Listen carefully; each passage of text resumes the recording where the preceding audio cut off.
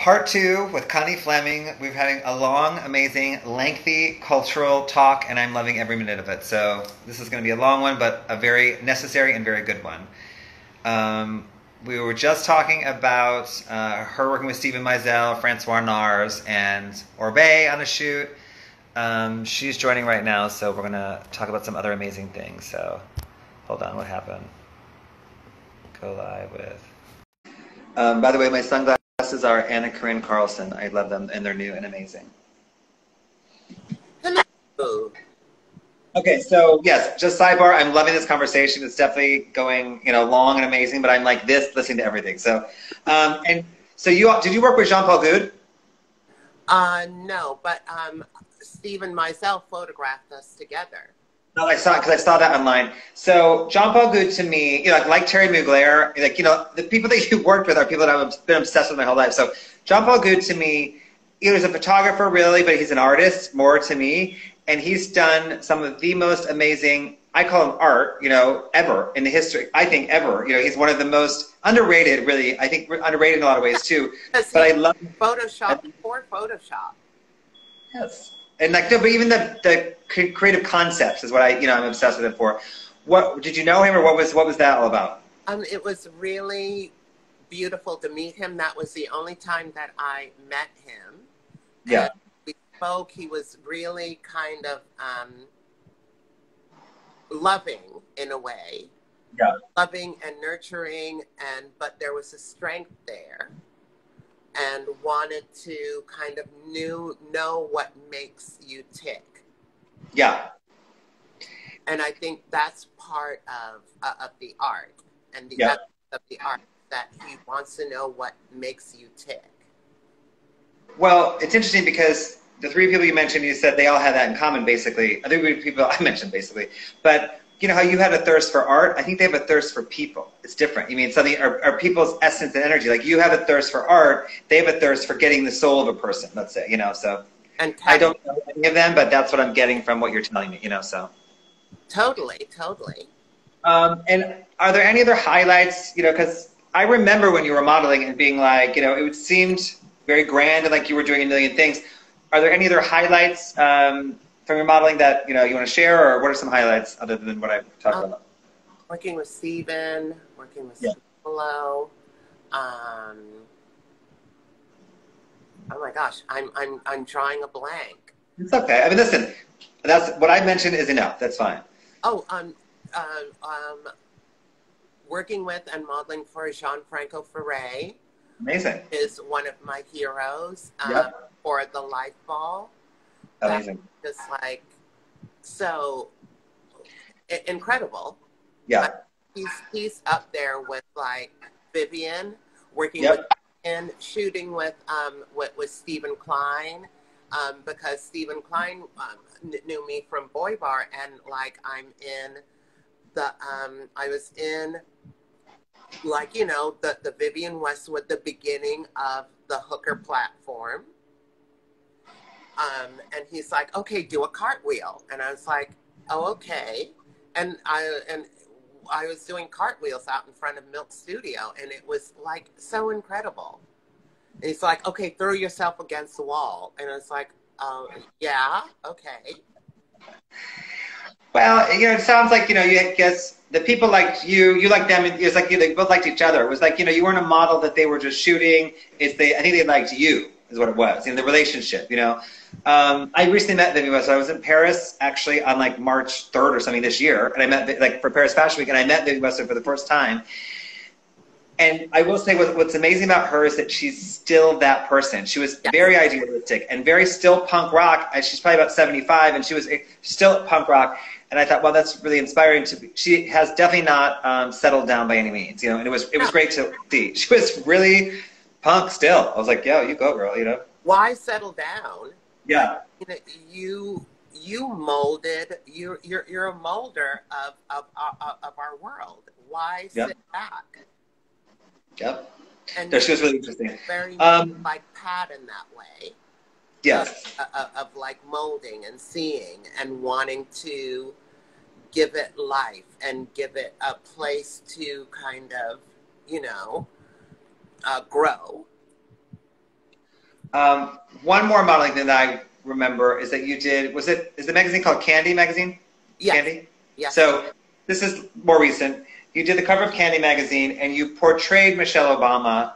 And when I look at the photos, I would say, I look at them kind of as like, you know, I envision Michelle Obama being on the set being like, you better work it. Like really, like it's like you get a sense of Michelle, but also you really portrayed her very, really authentically, in the way that it was like you were, to me, an actress playing a role. Have you ever done acting or? Yeah, I've done 2018. I did with the great Anoni. We did. I can't remember the name of the play, but we did it at the kitchen, and I played Martha P. Johnson. Oh, really? Like wow. From an interview she did. It was to celebrate Dr. Julia's life. So it was Black Lips performance called Full Force, and it was like such an incredible experience because I'd worked with Anoni before for The Turning, and we went on a European tour, and that tour like renewed my soul and my spirit. It was so beautiful. Amazing. And did you? I've done a couple of other things, like really small parts. But the thing with the Candy, it didn't start out like that. Like it was an homage to shooting a female leader, which we have never had. So, then when, like, when it all came together, it was like, oh my gosh, you're so, you resemble so much of Michelle Obama. And it was, for me, it was a moment of her taking her rightful place as a style icon. And will be forever honored for doing that.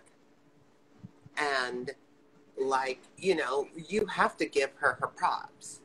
Well, it's also an honor for you to be able to portray her, I feel like, because she's, what an honor for them to ask you to portray her as opposed to like, somebody else that's not as impactful, but I really, when I look at it, to me, you're acting in a great way. Like, I really believe you're playing a role and in a really, like your other pictures, you're modeling being yourself and being fierce, but this one you were portraying the way an actor would in a really great way. So that's what I see when I look at the pictures. But I really believe too that she's kind of like, I'm sure she saw it first of all, because I feel like I can sense her energy. She's like, you're doing that, boo. Like I feel her, really like being there. It's really interesting. So, or you portrayed her so well, I feel like she's there. So, okay, so you are a door girl. I have been a doorman for many years. I do say this, people do not understand.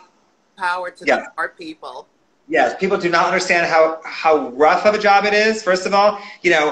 I've experienced tons of crazy situations. I'm sure you have. We don't even need to get into all that. We just, eye to eye, we know. It is a very rough job. But I say, this in the short version, I say, we're telling people no, and they're reacting to that. So we're telling them something they don't want to hear, and they're reacting to it, which is a natural instinct to react to that.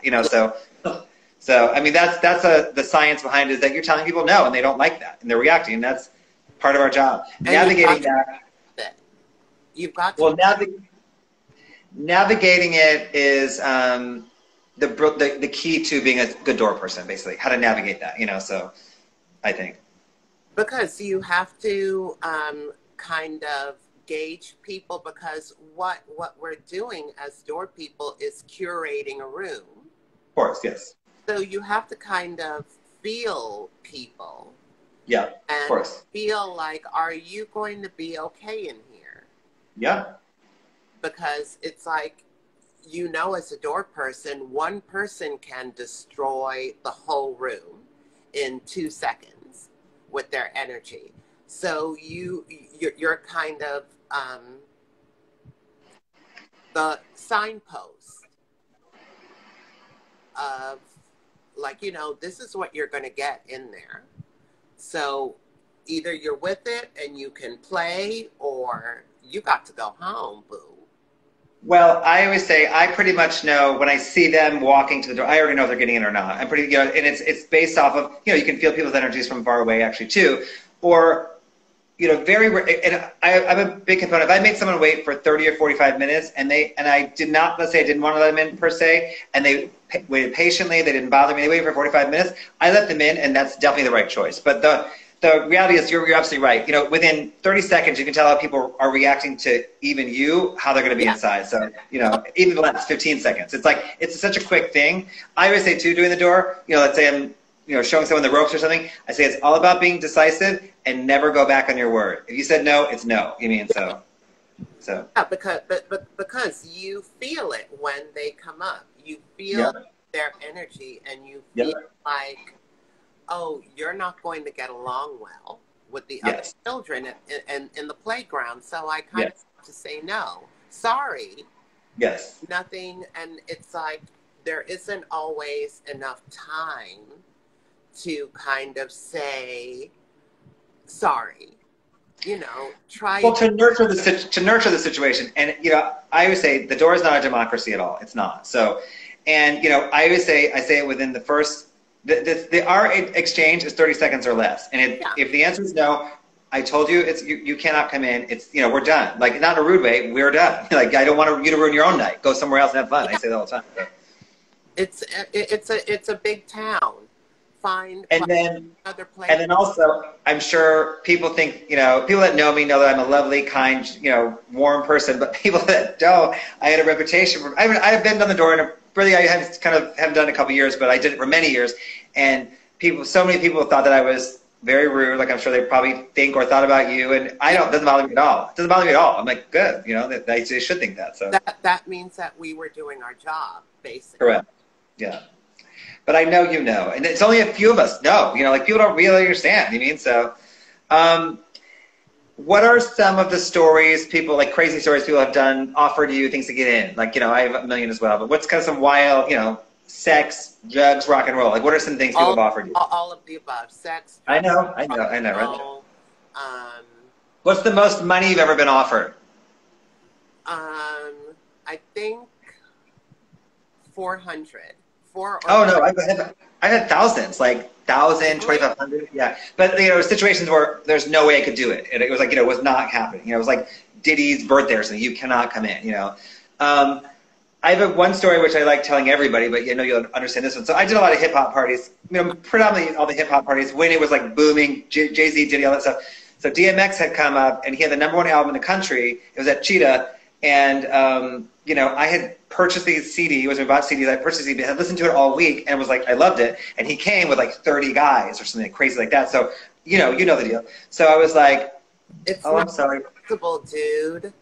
Well, I'm like, I'm not from there. I played dumb because I'm like, what do I do? He said his #1 album in the country. First of all, I'm like, I played dumb. I was like, I'm not familiar. I'm sorry with who that is. And they were like, he's got the #1 album in the country. I'm like, well, that's amazing. Congratulations. I'm really happy for you guys.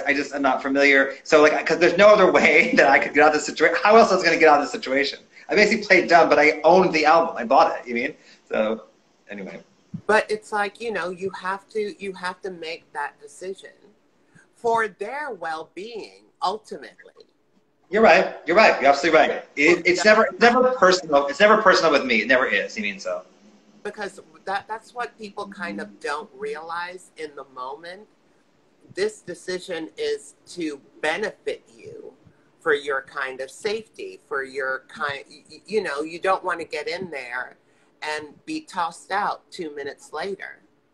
Yeah, you're right. For the safety of all parties involved, like you're right. It's a safety. Yeah, you're right. That's a great way of looking at it. So yeah, any other wild stories like, door related stories that are not, violent or anything, What clubs were you working at? Like, what are some of the clubs you worked at? Okay. Oh my God. Limelight, the Supper Club, the Palladium, the Tunnel. Yeah, amazing. Oh my God. To name a few, I'm like, hello. Be Yourself, Danny Tenaglia, Life, Spa, Jackie 60. Oh, really? Uh-huh. Love, Wow. love that. Oh, okay, okay, okay. We were doing a fetish door for Jackie 60, and we had a human doormat, we had a human toilet, and it was total fetish night. And these, like, you know, Oh, what happened? these guys came up, like total Wall Street guys came up, wanted to come in, and we were like, no, you can't come in. Offered us money, no, you can't come in. Well, what do we have to do? And I think the mistress was out there. She looked at me and she's like, you take care of it. And I'm like, strip down. Because, you know, look at our dress code. No suits, no ties, strip down.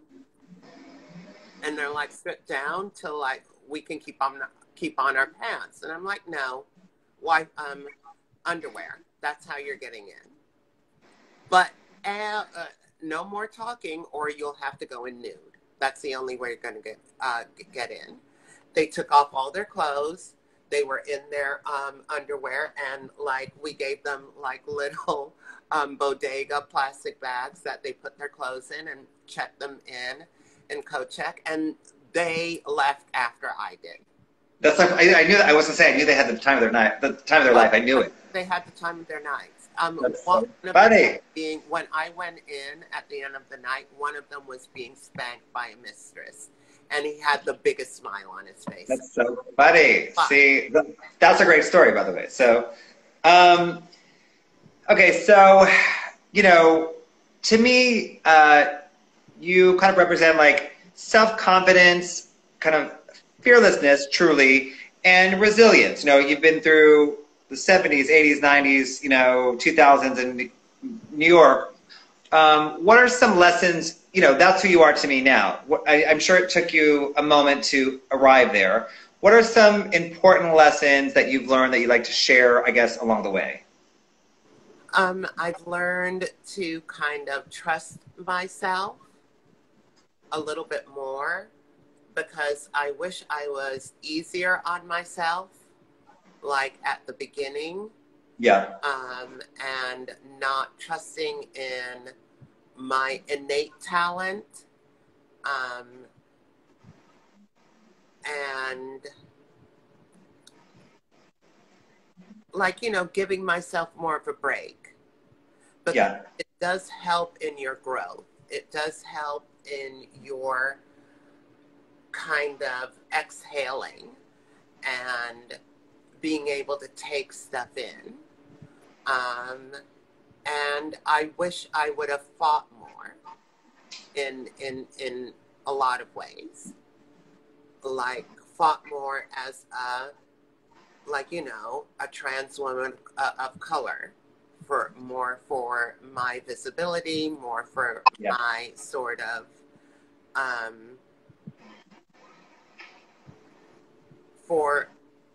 to build myself more. I wish I'd done more advocating for me and not putting sort of,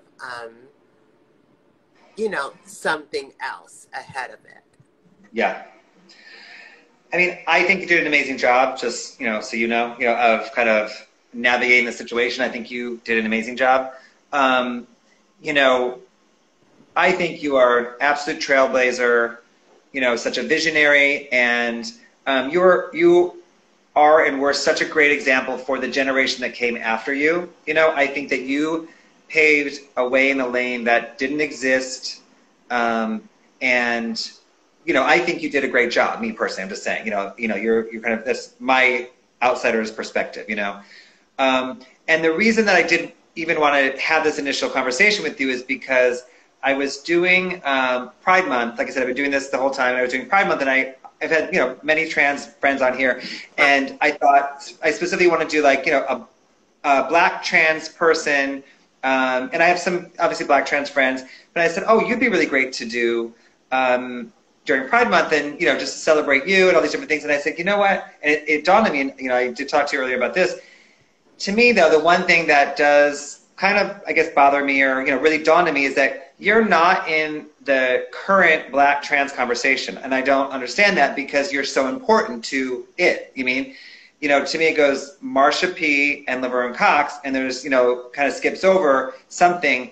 And that's no shade to Laverne at all, because Laverne is doing amazing things. And Laverne, I don't know if you saw Disclosure, but, to me, I think you've done so many important things for, specifically Black trans people, but in general for culture in the world, that, I don't think that the world's not you, but the world doesn't give you something that I think you deserve. So basically, so.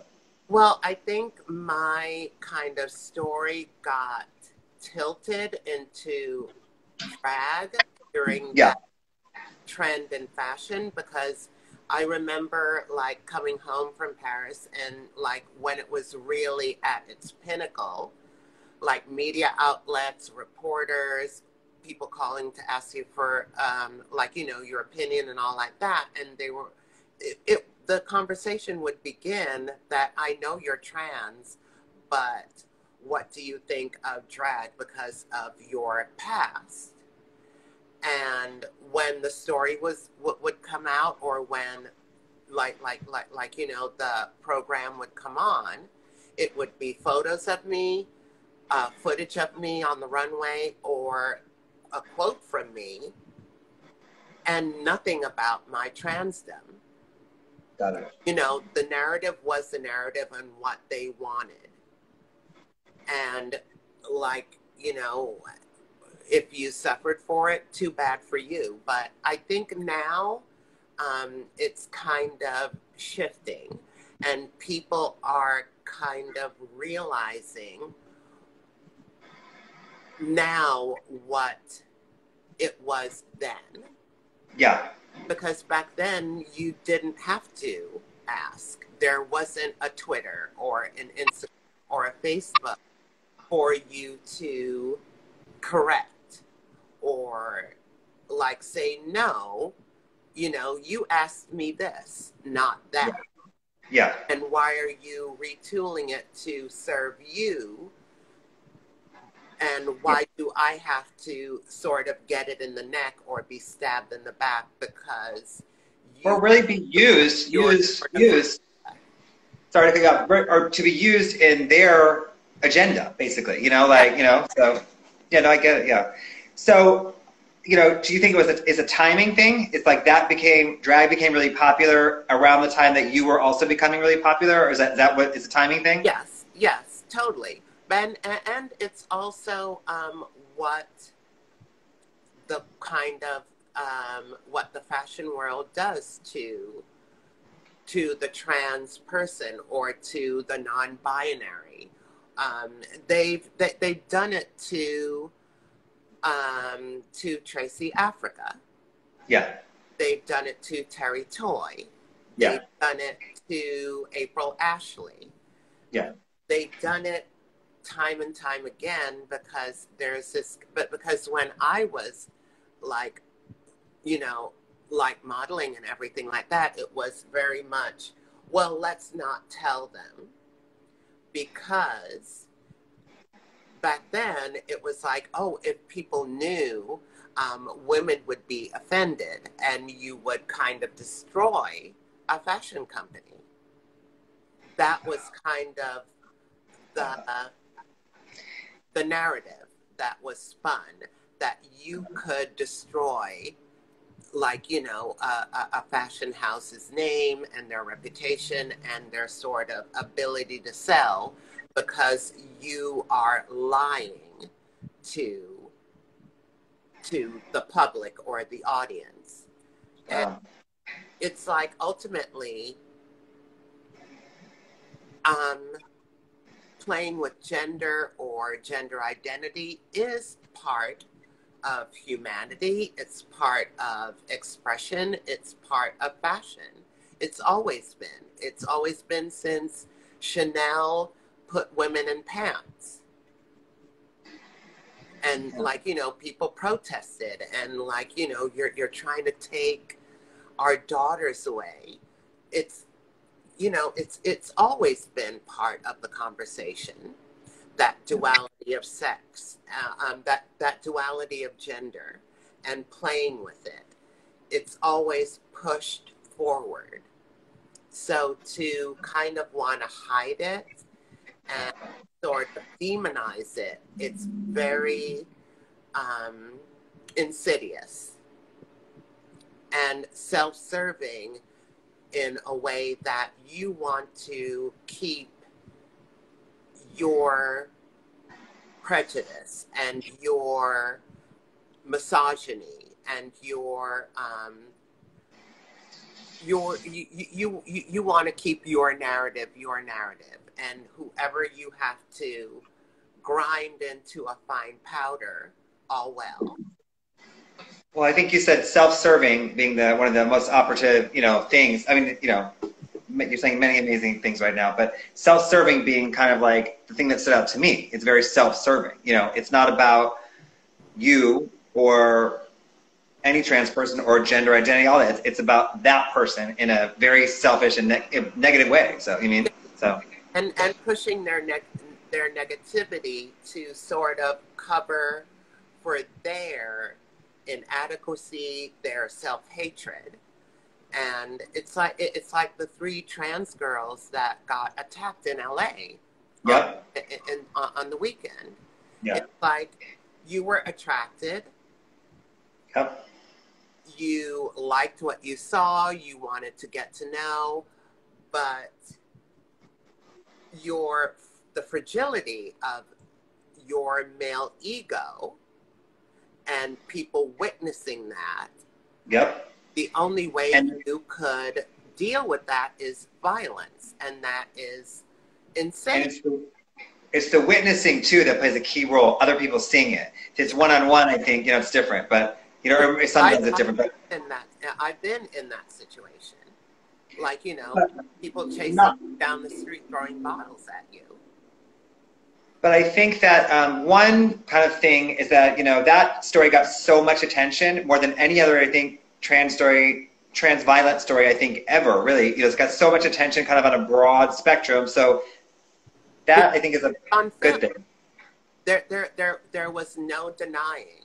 There was no denying that you looked at your own sisters in humanity, tried to take away their humanity, and hide behind the fragility, your own fragility, and you wanted to serve yourself and serve your own and mask your own hatred. Yep. Being violent to them and trying to erase them because of what lies within you that you cannot deal with. Yeah, I mean, that's it in a nutshell right there. You couldn't have said it any more plainly. That's it in a nutshell, I think. And it's like, it's so sad. It's so sad. Well, the world is kind of sad now. And like playing with their worst angels. And, when this is all done and over, I mean, how are you going to look your children in the eye and tell them who you are and what you protected and what you tried to perpetuate, knowing full well what kind of evil and viciousness your language, your actions are? It's going to be really tough, a tough road for a lot of people going forward.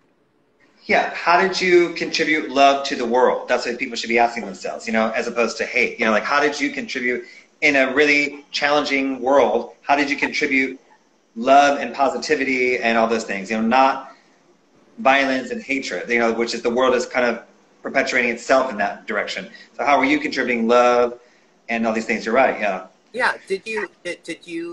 Were you doing something to help the earth planet, or did you grab your swastika and tiki torch? Listen. Who are you? You're right. Well, you should, this is kind of like, we're kind of going in a different direction, which is great. I mean, but you should probably start doing some public speaking. I don't know if you do, and talk about not even just your, trans experience, but even the things you're talking about. I think you'd be an excellent public speaker. So. Well, I've been doing a couple of engagements with this really wonderful organization, the Generation Project. I've done a couple of speaking engagements with them, and it's been so wonderful because they go into corporate, and they want to have this kind of conversation with the corporation wants to have this kind of conversation with their employees about inclusivity. And they brought in the Generation Project to tell stories about history and about experience. And it's been so overwhelmingly beautiful because it's a whole kind of range of us. There's a woman that was I can't remember the organization that she started, but she was there at the beginning, with Stonewall. Amazing. It's to hear her speak about her journey is so beautiful and so awe-inspiring. It's wonderful, and it's been wonderful experience. Well, I mean, for you, because to me, when you were describing New York in the very beginning, I feel like 10 hours ago, right now at this point, but you said, people were speaking patois, and then you're in Chinatown. New York is so rich in culture. You're also so rich, but you're so rich in culture based off of our lengthy conversation, to be able to then take all of these life experiences, which you've had so many, and then be able to then, whatever it is you're doing, you're teaching people or whatever, in this thing, that's got to become full circle to you, be so rewarding to you to be then celebrated for your knowledge of all that, that's got to be so full circle in a great way and rewarding to you, so. Well, those were the lessons that that the downtown arts and nightclub community always showed me. Yeah. They always showed you to play it forward, that we might be a small community, but we are driving culture and are, part of the world. They might try to hide us and they might try to steal from us. Yep. Ultimately, it will come to light. And it's from the beginning at Boy Bar and at all the clubs, Pyramid and Jackie, it's all about paving your way. And while you pave your way, you are smoothing the road for who comes behind you.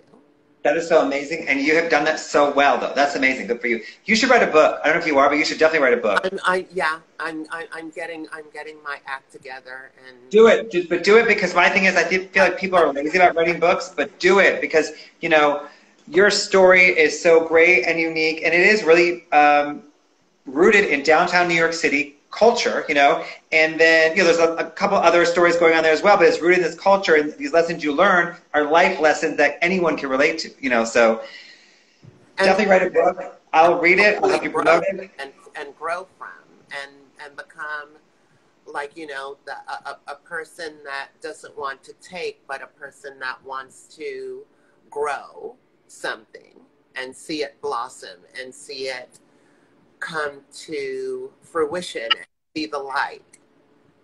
I think that's what was always kind of ingrained in me from the community. Yeah, no, I mean, you were raised in that community, and that's amazing, so. I mean, I was too, and it was a different downtown New York City community, but New York raised me as well, in many ways. New York nightlife culture, So, the truth of this is I really did, the whole inspiration of this chat was that, you really were, I think, omitted from this current Black trans conversation. I didn't like that. So before we move on, is there anything else that you just want to, say about that? Or, because I believe that you are a very important part of the conversation. So, you mean? I think it's now changing. Yeah, good. Like you said, I think it's up to me now to kind of set the record straight. Got it. Like, Yeah. It's a daunting kind of road to go on, but I think can imagine, yeah. Do it, and I think it'll be really cathartic for me. Yep, I'm sure. Really helpful for others, because the April Ashley book was really so totally eye-opening for me, of experience and dream, the ability to dream, because I got the ability to dream from, like we were talking about, the old golden age of Hollywood movies, and Mahogany. Mahogany was like, wait a minute. Yeah, that blew everyone's mind, I think. I saw it a little later, but it blew everybody's mind, I think, yeah. And it like, a Black girl. Yep. But because that was like Black girl magic at its pinnacle, and it was real because But also at the highest level too, the highest level. And it came out, I think, in 1973, if I'm correct, or 75, like one of those years. Yeah. And it was, because I do a party where I show movies, and I was explaining to, again, younger people, like, at the time, this was a Black woman starring in a movie. That wasn't happening like that. Not like that. The whole movie is based around her, and that was not happening at that time. So, very Gordy, all that stuff. So, oh, wait. Hold on. What are you doing? I'm running out of gas. I'm running out of charge. You plugging in, or? I'm plugging in now. Okay. I'm going to wrap it up sort of soon. I have a couple more questions. The reality is I'm having such a great conversation. It just happens to be on IG Live, so I'm like, okay, so quickly, we'll wrap it up in a minute. The reality is I definitely am here to celebrate you and to thank you for what you've done. That's the whole goal of this thing. You've done so much for culture in general, culture across the board. And that's what this is based up, the whole show is based off of people that are important to culture, which you are very important to culture. What you've done for trans people, Black trans people, but for culture as well. I'm here to celebrate all of that. And I just am really proud of you. And I think, I thank you for that. I just want to say that, so. And I thank you for this opportunity and for like spreading the love, because that's what we kind of really super need now, where we've been deprived. Yes. We need this love injection, as the great Catherine Baba says. Yes, amazing. Okay, a couple quick fun questions before we wrap it up. 5 best parties at the top of your head. Could be Love Ball, whatever. 5, of all time. The Patricia Field Ball. Yep. The first 2 Love Balls. Yep. 2 Love Balls. Yep. The first Life Ball. Yep. The closing weekend of the Paradise Garage. I can't even imagine. Yeah. Oh my God. For sure.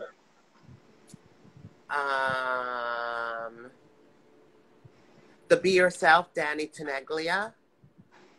Party that, the party after 9/11. Yep. When we did fundraising, and the fire department came, and everybody donated all of the proceeds. That was so beautiful and so healing. Yep. Those are all. First off, Light Ball, Love Ball, Paradise Garage. I'm like, you got it, girl. You got it. Those are all amazing. And then I have a question for you. Who have you remained friends with, like, throughout all the years, like the 80s, 90s? Like, who is some people, have you remained friends with any particular people? Glamour Moore. Yep. Deandra. Yep. Like basically everybody that's still here. We've all, like, you know, we go, but whenever we come back, it's like no time has passed. Well, the nightlife family and community is a family. We all know that. Like, it's a real family. Like, and they take care of each other. We take care of each other. You know, like, so. Okay, so what are you grateful for at this moment? I am grateful for my mom and family. Amazing. I'm grateful for them that they're healthy and that they're doing well.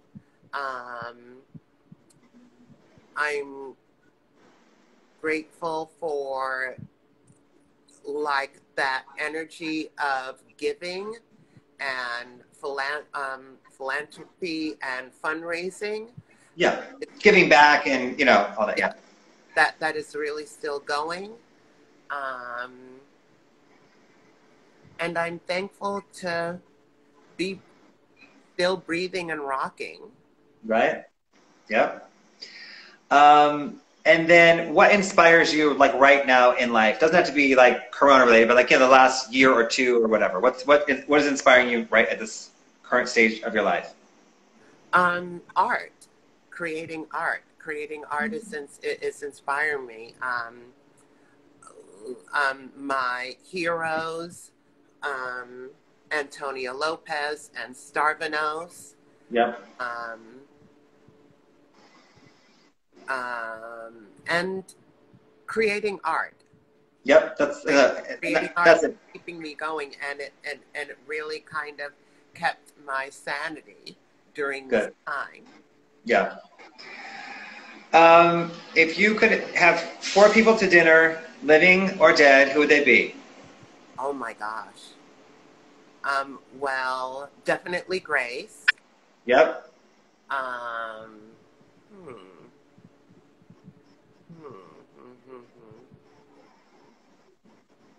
James Baldwin. Amazing. Listen, I'm coming to that dinner already. Okay, I'm already coming. Incredible. Yep. Diana Ross. Oh God, I'm sneaking if I have to. I'm coming. And oh gosh. Oh my God. Antonio Lopez. Good. That's good. Yeah. That's great. 4? Yeah, that's 4. Hold on. I'm trying to think. So I would see James and Diana, I think, would kind of go in the corner, and Grace and Antonio, and then you and I kind of in the middle somewhere, right? Like, yeah. Perfect. Yeah.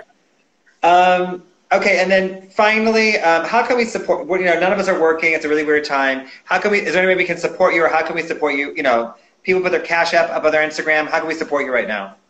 Well, I am gearing up to start making prints of the art that I've been doing. Great. Also looking to do some T-shirts, so look out for that. Great. When you do it, send it to me and I'll post it. And prints coming at you soon. When you're ready, send me the information. I'll post it for you on my Instagram stories and stuff too. Oh, definitely. Oh, yes. And there is also David Dalrymple. You can go to his Etsy and either get a T-shirt or a mask with my art on it. Oh, great. My Black Lives Matter art. Send me something and I'll post it for sure. Okay? Definitely. Okay, so I think we're officially done at an hour and 45 minutes. That was a long talk. I want to, first of all, say a couple things before I officially end it. Thank you very much. I am very happy you did this. It makes me very happy. I wanted you to do it since Pride Month. And what I take away from this whole conversation to me is that you are a pure to the core artist. I got that from the very first started talking. To your core is an artist. And I don't think I knew that about you before. And just a pure artist in every aspect of that word. So that, you know, I want to say that. That was my takeaway from all this. And also another really important takeaway, I think, is that you need to, you know, embrace taking your place in history. You know, so I think it'll be healing for you. Mm-hmm. I think don't be scared to do it. I think that it is a good time to do it. You know, between you and I feel like it's a good time. Not between you and I, but I'm saying, like, you know, it's a good time to do it. And I'm happy to help you and support you with that. And I think that, you know, that you deserve a place, and you should be confident. I think you seem like an extremely confident person, but you should be confident about, you know, walking into your place in history. So, thank you, thank you, thank you so much. Yeah, I mean that too. So. I had such a good time. Yeah, it was great. Thank you. Well, I'm a culture nerd, and you had so many stories. The Linda Evangelista one is one of my favorites. There's so many good ones, though. You know, that was amazing. So. I thank you so much for doing this. I'm going to officially just stop talking so we can stop doing this. But thank you. I love you. I'm proud of you. And you're amazing. So proud of you. Love you. Stay safe. You too. Be good to yourself. Be good to your loved ones. And let's love one another. And let's come out of this a better, safer world and planet. Yes. Please, people. Thank you. Love you. Bye. Love you. Bye. Out.